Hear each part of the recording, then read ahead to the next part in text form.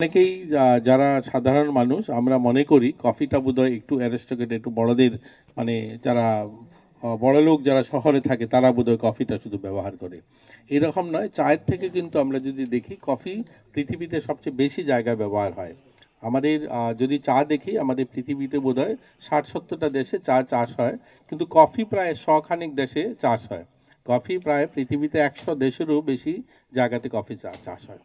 তো কফির পরিধি অনেক বড়, কফি অনেক বেশি মানুষ ব্যবহার করে গোটা পৃথিবীতে, এবং কফির বাজার মূল্যও আপনি 2-2.5 লাখ টাকার থেকে শুরু করে আপনি 150-200 টাকাতে কিলোতে আসতে পারবেন।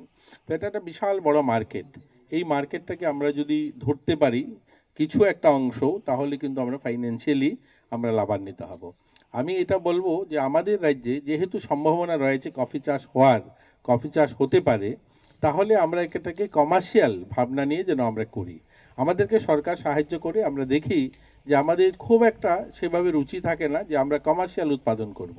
সব ক্ষেত্রেই, সেটা টিআরএলএম এর ক্ষেত্রে, এসএসজি গ্রুপগুলো হোক বা বাকি ক্ষেত্রেও, আমরা একটু যেন আমাদের রাজ্যে কমার্শিয়াল উৎপাদন শুধুমাত্র রাবার ছাড়া বাকি কিছুতে আমরা খুব একটা করি না। আমাদের রাজ্যে রাবার প্রায় আজকের দিনে 1 লক্ষ মেট্রিক টন রাবার হয়, যেটা বাজার মূল্য 1300 কোটি টাকা আমরা পাই।